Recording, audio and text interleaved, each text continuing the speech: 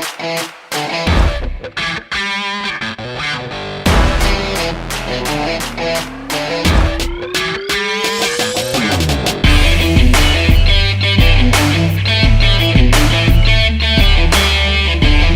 name is Sarah Rae. Welcome back to my channel. I hope you all are doing well. I'm going to try to explain this the best that I can, but this week you're not going to have a Thursday video because today is technically your Thursday video. Simply because of the topic is essentially an awareness type of topic, which falls under the category of our Thursday videos, because Thursdays are awareness videos. I hope I made sense. So I'm doing it today because we are talking about my 1-year anniversary of my overdose. And it falls today because today is that 1 year. So that's what we're going to talk about. I hope you guys are ready. I'm ready to talk about it. So you know the drill. Like, comment, subscribe, hit the bell for notifications of when I upload, and let's get talking about it.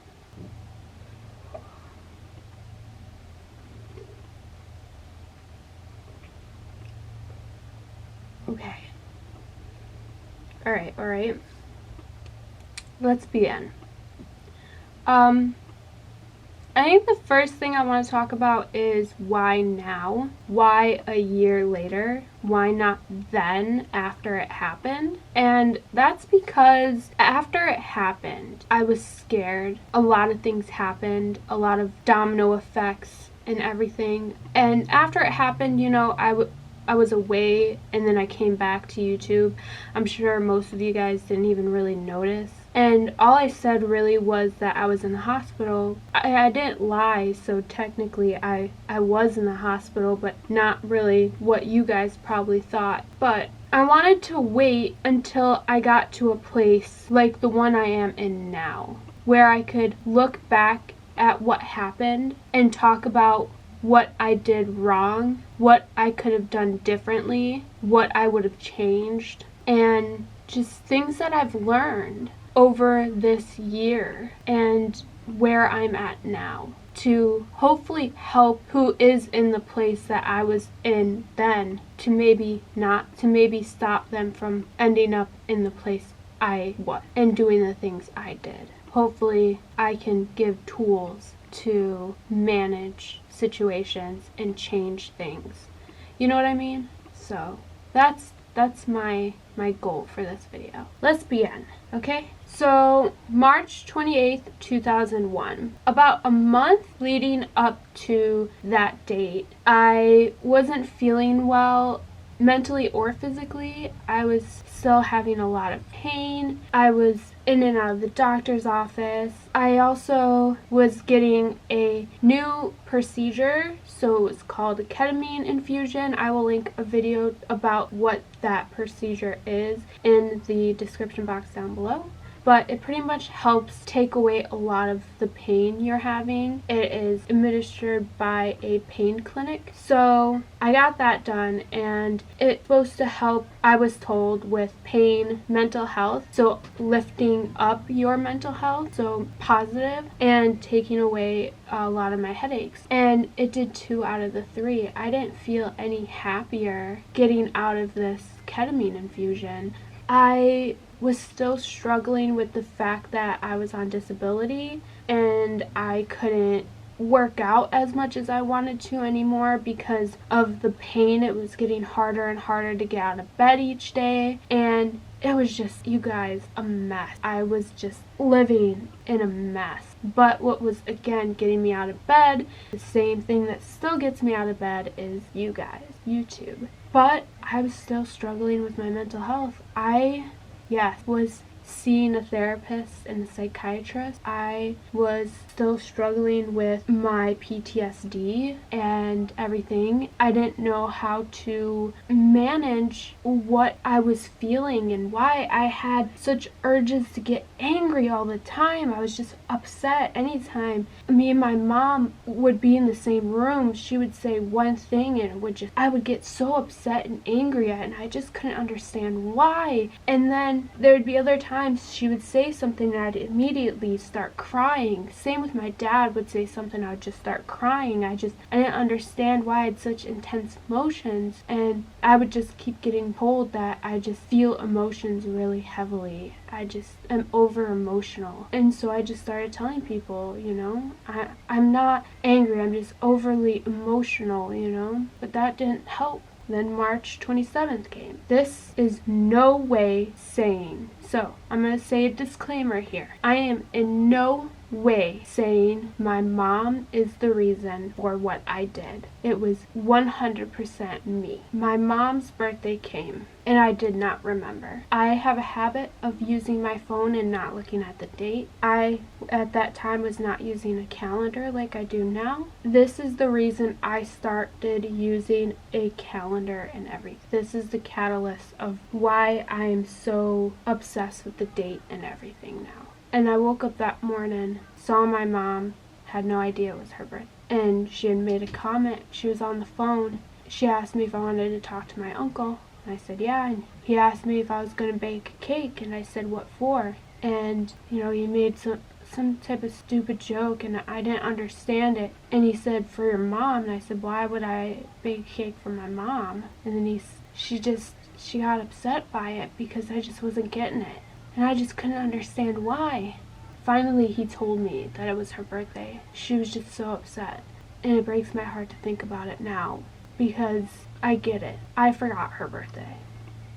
And to have her brother tell me, I get why she was upset. And she even told me that I shouldn't have had to have my uncle tell me it was her birthday. And she was right. Instead of saying I'm sorry or anything, I blew up on her and blamed her and said that I knew it was her birthday and everything. I lied because I didn't want to admit that I was wrong. We got into a huge argument and then we left it. Stopped talking for the rest of the day. The next morning came and I didn't let it go. Well, I walked in her room. She had said something and I took that and ran with it. I blew up, which in turn made her get mad. We went back and forth. She had made a comment along the lines of, I don't care what you do. And I said, okay. So I went in my room and I researched out of all my meds, trying to do SH, okay? Out of my meds, what would do the most SH out of all my meds, okay? Following me? I think I probably woke up that morning with that thought in my head. Like, if something happens, that's where I'm gonna go. Because I already had that decline in my mental health. I didn't care about my life anymore, I guess that's just what happened. I felt like I didn't have a life to live anymore anyway, so why does it matter? So I figured it out and I picked that med. I'm not going to tell you what med I chose.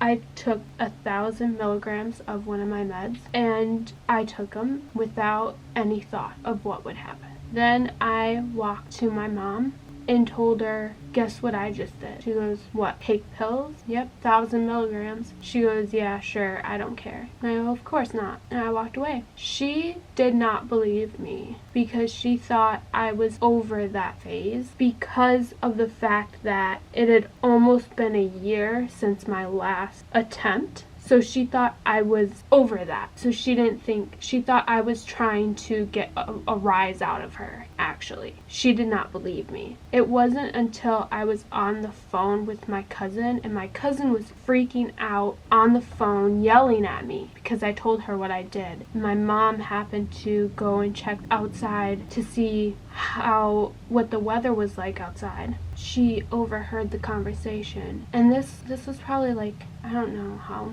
much longer later, but a good 10 minutes later, she had heard. She walked in the room because my cousin was just trying to figure out what to do, and she was in the middle of working. So she actually put her work on hold to try to figure out what she could do to combat what I just did. And there's nothing like calling your cousin and being like, oh, guess what I just did? Took 1,000 milligrams of blah, blah, blah.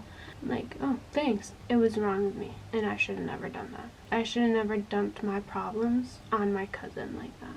my mom immediately grabbed me and took me to the hospital. On the way there, she told me, you know what's going to happen. They're just going to take you and put you on another unit. And I said, I don't care. She goes, they're also going to transfer you and put you in handcuffs. I was like, yeah, right. She goes, you just wait and see. She was so angry at me. And I remember that so vividly, how mad she was. So we get to the hospital, and this is like a off branch of the big hospital. So a big hospital has multiple little hospitals all over the place. I don't know if they do where you live, but they do where I live. So I was at the smaller branch of the big hospital, and that's where my mom took me because it was like the closest to where we were living. And we go in, and they immediately take us back. And when I went to triage, I didn't want my mom to hear what happened. And I also didn't want her to hear that I was blaming her, which, again, it was not her. As you could have heard earlier, it was all me. I completely was a tyrant. There's no other word for it. In that time, while I was talking, a nurse came to get me and take me to a room in the ER, because when you walk in as someone who's done the big S word, which if you don't know what that word is, it's on screen. YouTube is kind of weird about certain words, but they'll probably put a little warning at the beginning of this video anyway. So they take you back immediately, and they give you, again, these little like mesh paper thin scrub that have no strings or anything. They pretty much give you these so you can't harm yourself with them. And they take all your clothes and stuff so you can't have anything on you. My necklace that I love so much, yeah, you can't have that. You can't have anything on you because they look at that as a possible threat. So shoelaces, anything like that, belts, necklaces, jewelry, lame. No, it's not. Anyway, I sat there and asked for my mom, and in that amount of time, she actually left because she got mad that I didn't bring her into the triage, which is understandable, 100%. If you're new and don't know the whole process of going to the hospital for SH, they have a aide sit outside your room watching you constantly, and they write down what you're doing every 10 or 15 minutes. If you need to go to the bathroom, they walk with you. You cannot lock the door. They stand right outside the door. You can't lock it because they have to be able to know what you're doing. And when you are taken to the holding area, if it is a smaller hospital, or sometimes at the big hospital there'll be a holding area, a security guard will escort you there. So I got, the doctor came in the room and had me talk to them, him or her, I don't remember if it was a man or a woman, but I told that person everything, and of course I again lied and said it was my mom. And I got into an argument, and yeah, it was a little bit of me and a little bit of her, and I chose to do what I did. So in that moment, I took some accountability for what I did, but not all of it. Me sitting here today, I take full accountability for what I did. That is the difference between then and now. So because I was there for an OD, I was given charcoal to drink, which was totally nasty. Some people might have to have their stomach pumped, but I was given charcoal. I don't know how that all works, why some people get that and other people get charcoal. I don't know about that. I might have to look into that. But anyways, it was nasty, very nasty. But the charcoal soaks up the medication and protects your liver and heart and organs from the medication that I took. And so it was, I can't stress to you how nasty it was. So long story short, I did end up in the hospital. I did get handcuffed and escorted to the big hospital. The cool thing about that officer is that he asked me what my favorite music is. I said rock and roll. He put on a rock station, and me and him sung Cocaine by Eric Clapton together. It was pretty cool. But got there, and got up to the behavioral health unit. You get to be involved in a skin assessment, which totally sucks, especially being someone who's been SA'd before, which if you don't know what that word is, it's on screen now. So it's where a nurse examines your entire body and writes down any marks that are on it. That happens every time you go on a behavioral health unit. So then they escort you to your room. Some rooms are private, some rooms are you have a roommate. I will link other videos I have talking about my experiences with my mental health in the description box down below, because I talk a lot about what it's like to be on these units and stuff. But real quick, I want to make it clear, in my recent video about my mental health, I forgot to add that my first S-word attempt, I won. The main attributed reason was because I was on a medication called amitriptyline, and one of the side effects is S-word attempts. It'll be on the screen now. So it sucks that you can't say these words. Oh my god. Anyway, yeah, I always forget about that word. So I'm always like, anyways, being there was really helpful, kind of. I mean, but to be able to get out of there, I had a great nurse when I was there, though. I do want to say that. He and I talked about like wrestling. We talked about who's better, Batman or Green Arrow.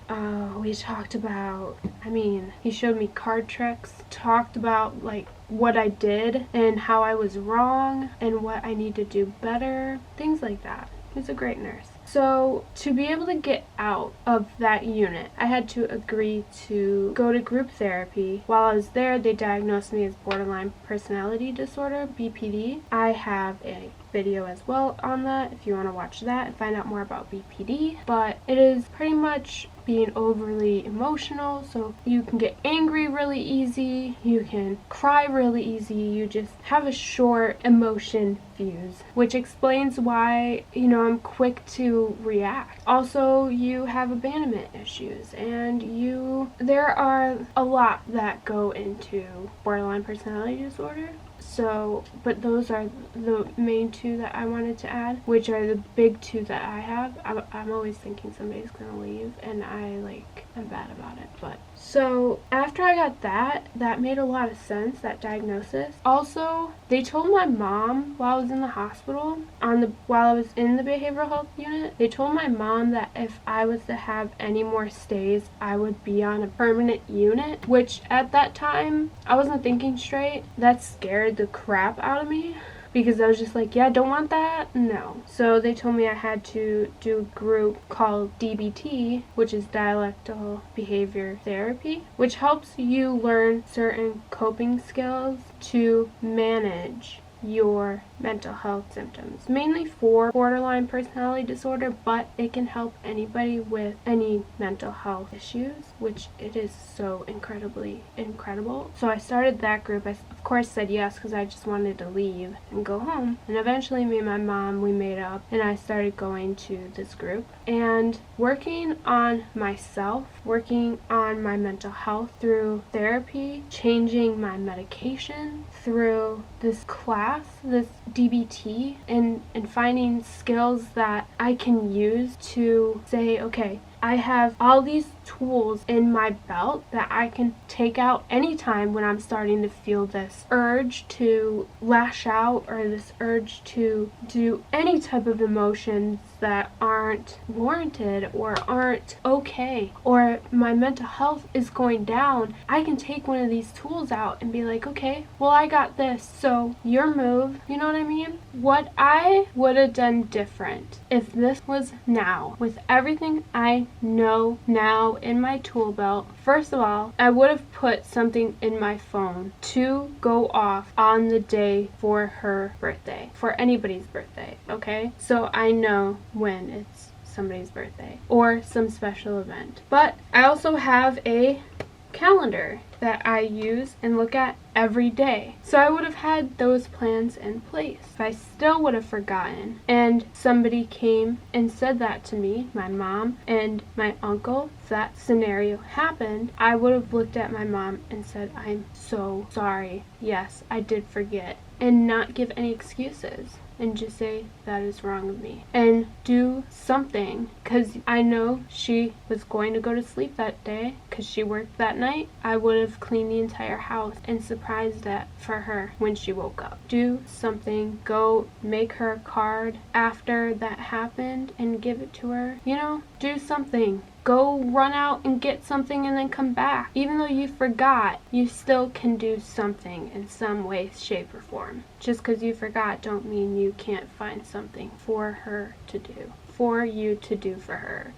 You know what I mean? I still could have done something. Could have done the dishes. I could have done something. Take the dogs for the day, you know? So instead of staying there and agging on the situation or trying to do something to hurt myself, if I was feeling that way, I could have called somebody and talked to them. We have that positive music playlist. I could have put on some patchouli and meditated. Patchouli and scent. I could have wrote in my journal. I could have done some distractions. So watch some YouTube. Watch a movie. You know, there's a lot of things you can do. So I could have avoided this whole situation. Looking back now, it did not need to happen.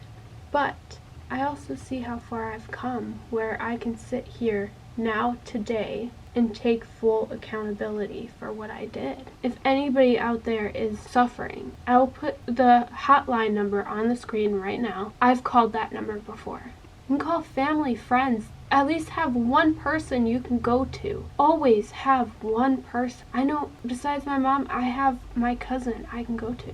Actually, I have a few people I can go to.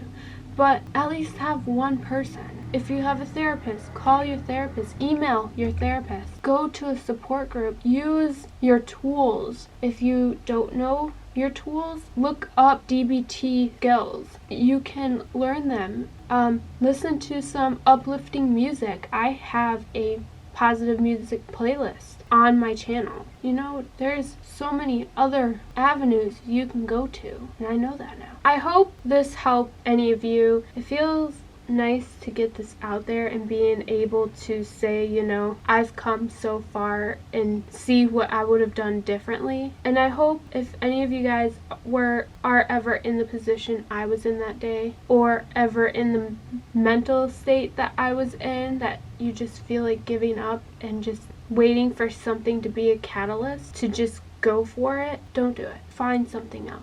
You know, find one thing to grab onto. Like, even though I had YouTube during that time and I loved it, until I learned more about what I was doing, did I fall harder in love with it. And then I found poetry. Find one thing and then continue. You'll find more things to fall in love with. I hope that helps. In the description box, I will leave a bunch of videos I think that'll really help you if you are having trouble with your mental health. Besides that, this week you have a video tomorrow, which will be some Led Zeppelin. Again, this is technically your Thursday video, so you'll have no video on Thursday. And then Saturday will be Def Leppard Saturday, and Sunday you will have some Eagles. So that is your schedule for this week. Thank you guys so much for watching and listening to my story of what happened last year and why I was gone for a good week and a half. If you need to talk to somebody or vent, my email is in the description box. I also have a P.O. box if you want to write any letters or anything. It's also in the description box, or leave a comment. Again, thank you for watching. Stay safe and well, and I'll see you in the next one. Bye!